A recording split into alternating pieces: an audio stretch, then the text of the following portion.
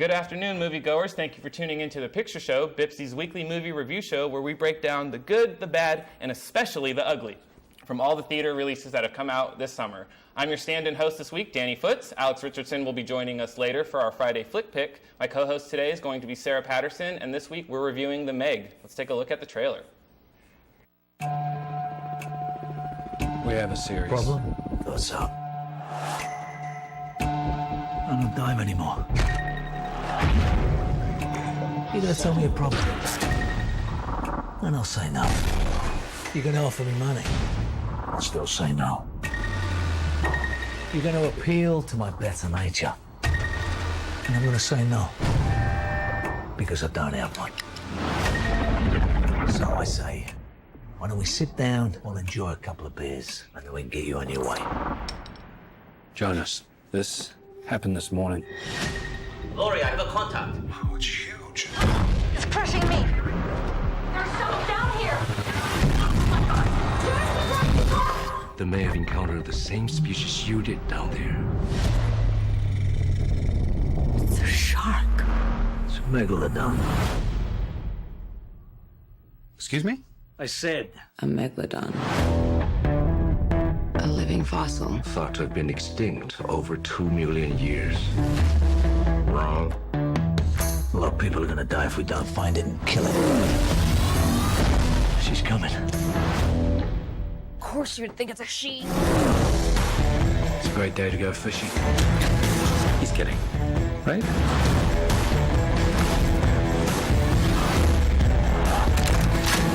You saying we opened up a superhighway for giant sharks?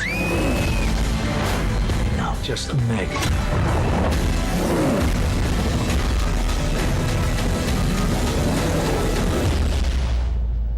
I'm gonna make this thing bleed.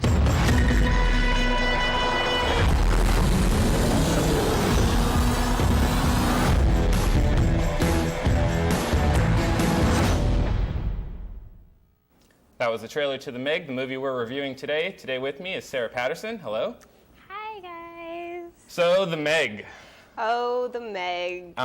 For what it's worth, it's bad. So, that's pretty much it. I know, I feel bad for coming back and saying I liked it, but I guess I was just I wanted to like it. I think because we got the trailer pretty much put on us from the time Infinity War came out to all summer, it kind of had a lot of build-up.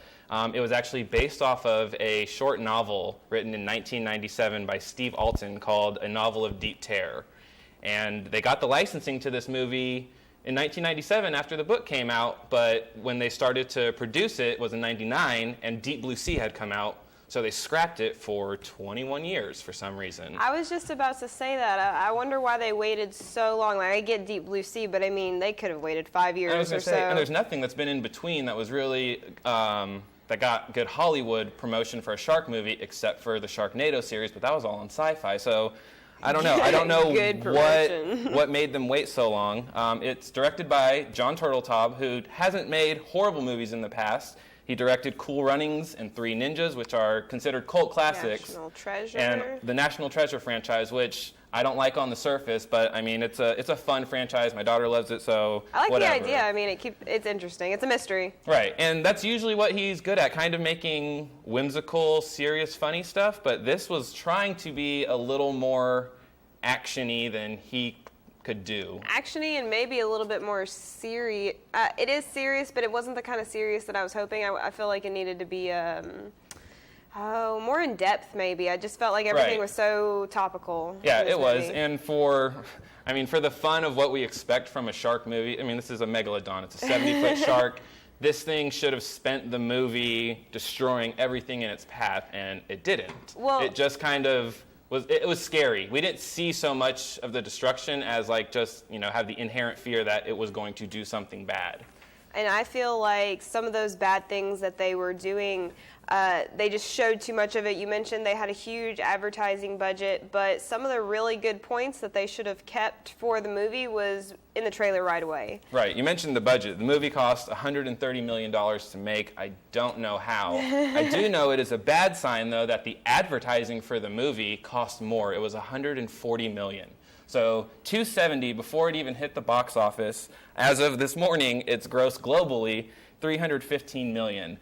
I know they made some money, but I mean, that's horrible. It's only made, and 103 million of that was in the U.S., so it didn't even break even in the U.S., which is the main market for this. It was released here first.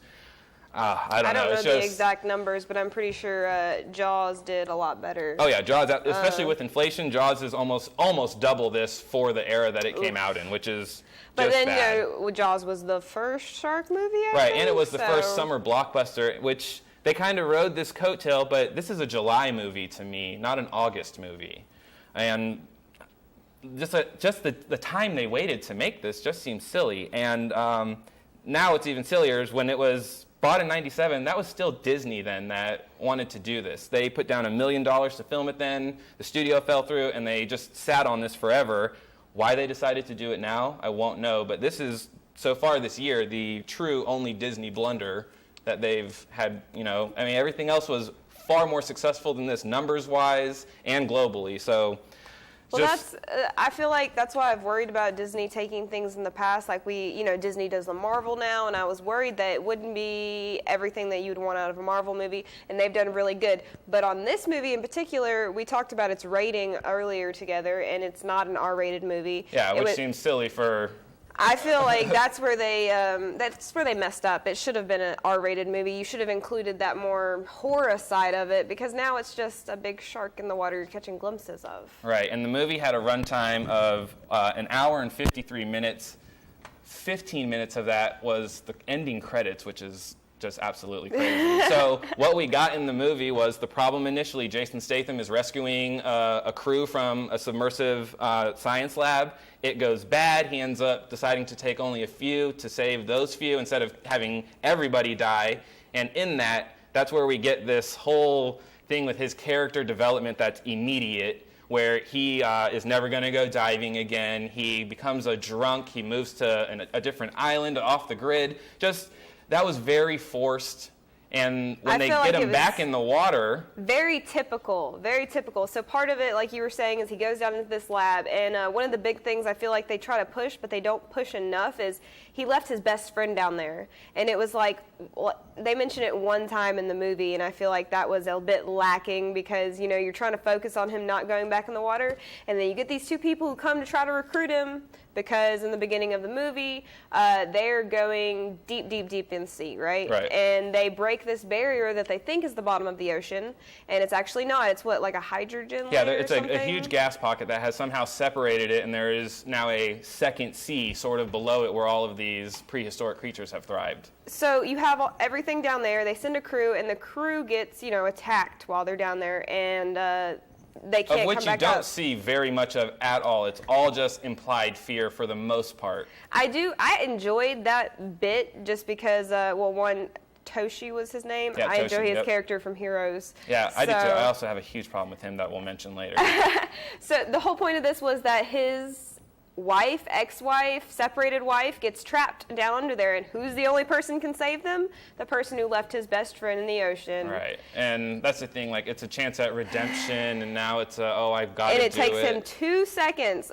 I will never get back in the water again. And then they play the tape of his wife. He was right, the Meg's real. Right. Which is another thing we forgot to mention. He claims that he saw the Meg in the movie, or he felt something was out there that wasn't natural, or I guess it was really natural in this case.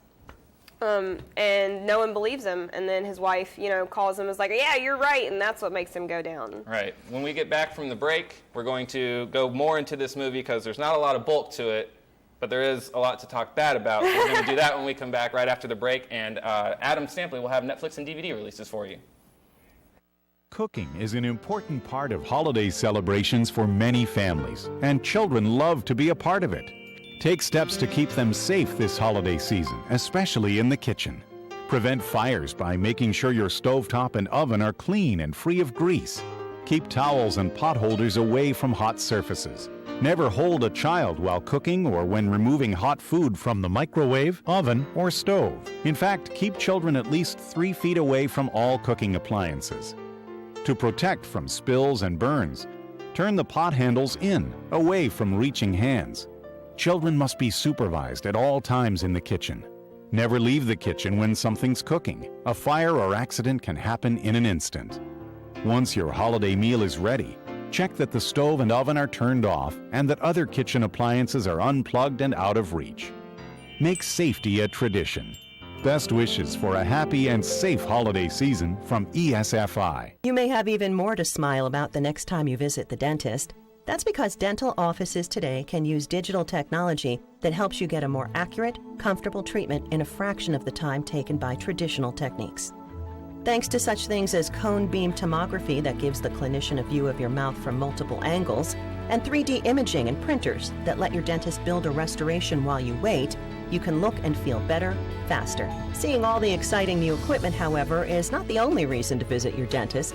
According to the American Dental Association, you should call for an appointment if you have tooth, jaw, or mouth pain, if your gums are puffy or bleeding, if your teeth aren't as white as you want, if you have diabetes, heart disease, or any other medical condition that affects teeth, if you're pregnant, if you have dry mouth, if you use tobacco, and if you haven't been to a dentist in 6 months or more. Visit henryshinedental.com to learn how the company is helping dentists enhance the patient experience. Hey there, I'm Adam Stampley. Thanks for tuning in to another edition of Netflix and DVD Picks. Let's get things started with the new release on your favorite streaming app. First on Netflix, we have Evan Almighty, starring Steve Carell and Morgan Freeman. When God contacts Congressman Evan Baxter to build an ark in preparation for a great flood, he must gather animals and his community in a hilarious race against time. Next up, we have Ultraviolet, starring Mila Jovovich. When a woman contracts a virus that gives her vampire-like superhuman abilities, she must protect a boy who is believed to have the key to her species' eradication in his DNA. Last up for Netflix is Year One, filmed right here in Louisiana, starring Michael Cera and Jack Black. After being banished from their tribe, 2 hunters encounter biblical characters on their way to salvation in the city of Sodom. New to DVD, we have First Reformed, starring Ethan Hawke and Amanda Seyfried. A priest in upstate New York grapples with mounting despair brought on by a tormented past of the church. Next up is Tag, starring Jeremy Renner and Ed Helms. A small group of former classmates meet up annually to play an elaborate yet well-organized game of tag. Finally, we have American Animals, starring Evan Peters and Ann Dowd.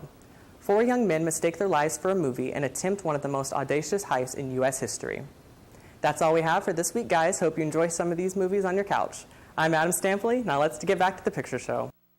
Welcome back to the Picture Show. I'm Danny Foots. Today we're reviewing The Meg. Along with me is Sarah Patterson. Before the break, we went to talking about the reason why he gets back in the water is he rescues his family, or he has to go rescue his ex-wife.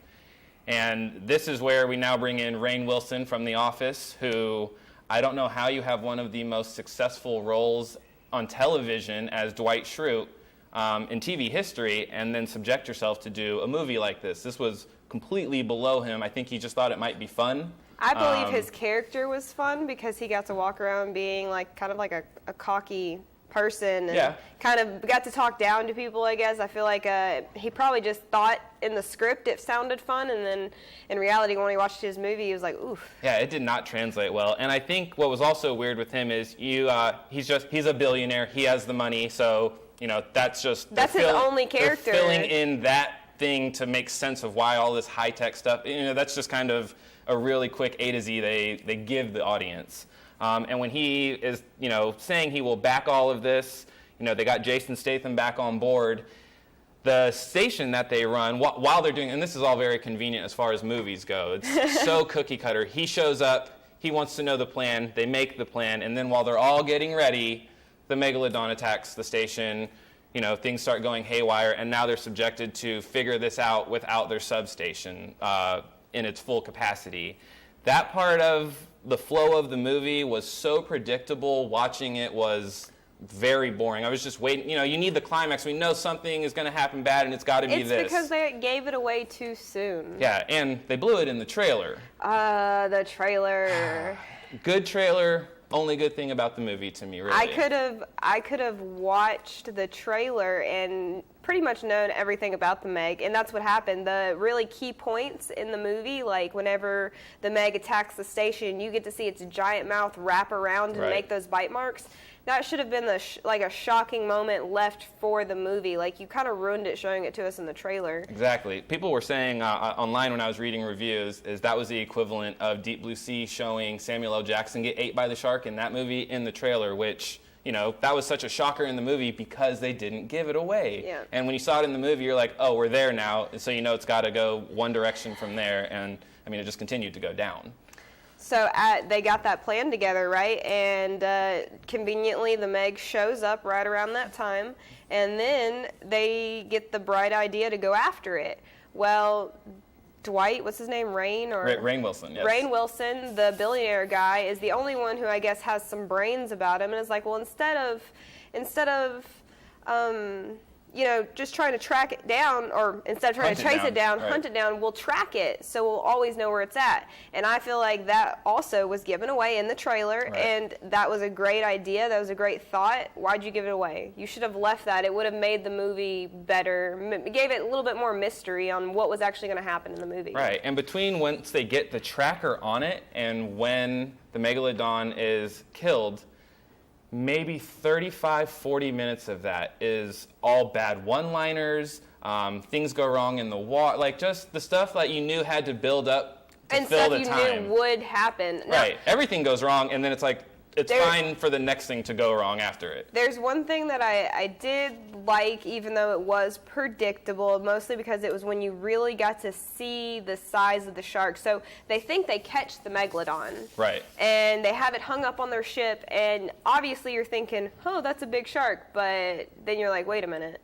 That's not a really big shark. And then the Megalodon comes up and eats the shark they have caught from their boat. Right. Coolest scene to me, just other than, you know, the shark's mouth biting down on the thing, purely because I feel like it's the only part in the movie where you really see the whole creature. Right. You get to see the whole size, and I feel like the movie was lacking because you didn't get that wow factor with the comparison to other things. Right, and for a 2-hour movie that's called The Meg, and that's the huge emphasis of it, it was shown on screen for less than 11 minutes. That's nuts. I get what you're trying to do by showing glimpses of it, making it seem even bigger, but I feel like that's good for whenever you're trying to tense up a situation. Right. But when you're really trying to get that wow factor, you need to show the full shark. I mean, that's what we came here to see. And movies now, something like this, yeah, we're here for that.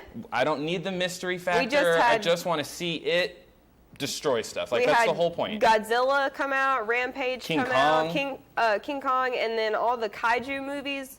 We got to see all those creatures in their full glory, and why didn't we get to see our giant shark in full glory? And then my biggest beef with this, so I actually do own the book. It's a book that I got my daughter forever ago. I didn't even know it was based off of this until before we went on air today. But in the book, Jason Statham's character, when he kills the Meg, he sacrifices himself by taking one of the submersive pods and driving it into him, and he kills himself and, you know, does damage to the shark's heart, and Megalodon dies. He saves everybody. He's the hero. In this movie, the way that they had it go with him, so they attached some makeshift shark fin on top of the submersive, and when they're attacking one another, going right at each other, he ducks down somehow and goes under it and slices open the whole bottom of the shark. There's no way. And because of that now, all of the blood in the water lures other sharks. They end up eating it, and that's it. I don't understand why they wouldn't have done something with explosives, or I don't know. There's just so many ways to go. There was so many other parts of the movies where they did try to explode it, and I really thought, honestly, that that's what was going to happen, is what you mentioned in the book. In my head, that was how the shark was going to die, because at one point, there's like multiple points, I feel like, whenever Su-Yin was going to be swallowed by the shark, and she would do it, but really Jason Statham, because he's the main character, would almost get swallowed by the shark, and I thought they were going to go inside and cut the shark open, and that was going to be that. That seemed like the plausible idea. All right, so coming up next, we're going to have Alex Richardson come back and show us the Friday Flick Pick of the week, and we'll be back after that. Good afternoon, moviegoers. I'm Alex Richardson, here to bring you this week's Friday Flick Pick. John Cho of Harold and Kumar fame, along with the hashtag Starring John Cho movement in 2016, is back in 2018 with the mystery thriller Searching. After David Kim's 16-year-old daughter goes missing, a local investigation is opened and a detective is assigned to the case. But 37 hours later, and with a single lead, David decides to search the one place no one has looked yet, where all secrets are kept today, his daughter's laptop. In a hyper-modern thriller told via the technology devices we use every day to communicate, David must trace his daughter's digital footprints before she disappears forever. Let's take a look at that trailer.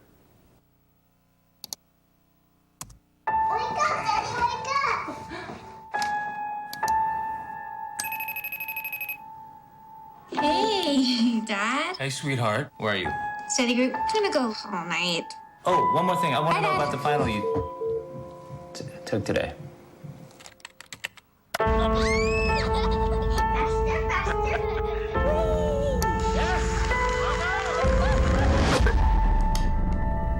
I'm Margot. I'm 15. Student. 911, what's your emergency? I'm calling to report a missing person. Okay, who is this regarding? My daughter. I'm the detective assigned to your daughter's case. I need to know how everything unfolded. Understood. I think we're gonna go late, like, all night. 1. After a study session, Margot didn't return home. Margot Kim. School has her marked as absent today. 2. She didn't attend school on Friday. My daughter is in a lesson with you right now? Margot canceled her classes 6 months ago. And 3. She's been transferring funds for the last 6 months. We'll handle the ground investigation, but as a parent, you can help us with who your daughter talks to. Is that something you can do? Yes. Do you mind answering some questions for me to help? Did see her eat lunch alone. On Thursday? Every day. You don't think she's involved with anything serious? I know my daughter. We're not really that close. She has friends, right? Kind of. Why did you invite her to study group? I'm trying to get into Berkeley next year. When was the last time you saw her? She did not run away. Local team has been missing since last Thursday. She made a transaction of $2,500. I know my daughter. Where were you the night my daughter went missing? I know my daughter. Look into her behavior also. She gets a fake ID. I know my daughter. This is her keychain. She was my best friend. You broke his jaw. I know my daughter. I'm trying to help you find my daughter. I didn't know her. I didn't know my daughter.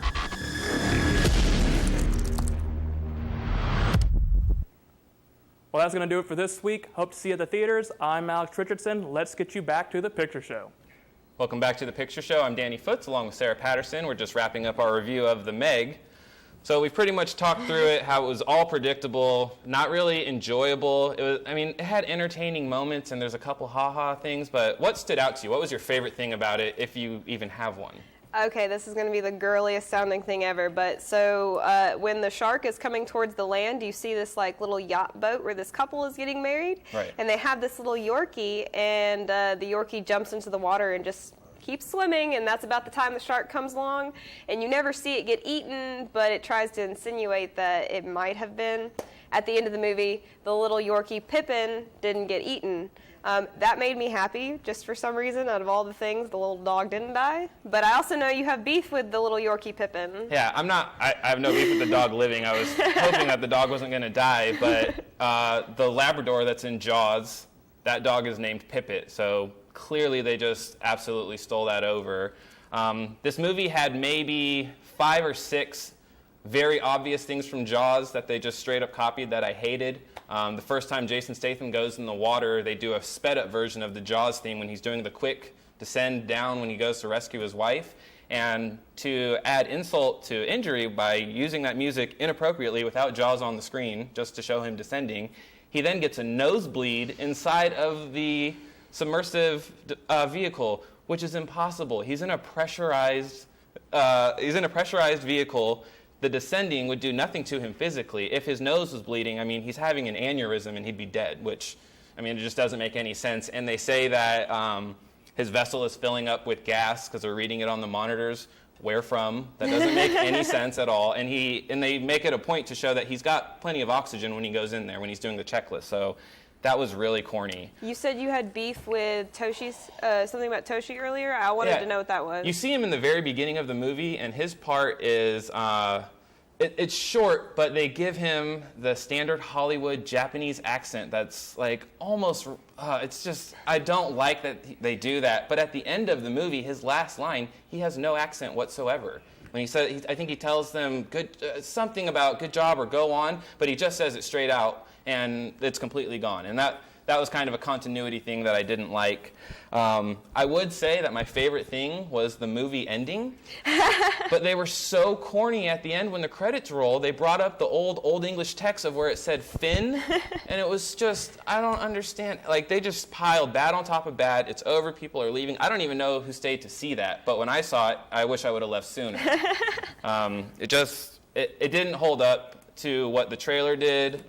What the trailer made me expect from Jason Statham, first of all, who's kind of been on, I don't want to say the decline, but I can't name the last 5 movies of his that I've really liked. I mean, outside of The Transporter. I think he needs to pick better movies to do. Yeah, so it's all just kind of, it's not falling apart for him, but as a whole, the movie did not execute. I'm sure it was great to film. They filmed it live in New Zealand for the whole movie. Everything was there, so that's a cool 4-month excuse to go there. But they didn't do anything that translated that's going to be memorable. Nobody is going to want to see The Meg over and over, like how people will watch Jaws over and over. Right. It doesn't have any of that. So it was a good try, but I think it was a miss. I would not recommend it, and if it comes out on DVD, I doubt it'll have high sales. So. I don't think it'll have high sales. I feel like most people who've already heard the reviews are just going to download it and check it out and probably turn it off halfway through. Right. All right. Well, that was our review of The Meg. Next week, we're going to be reviewing The Kin. So stay tuned for that. I'm Danny Foots. This is Sarah Patterson. We'll see you next week.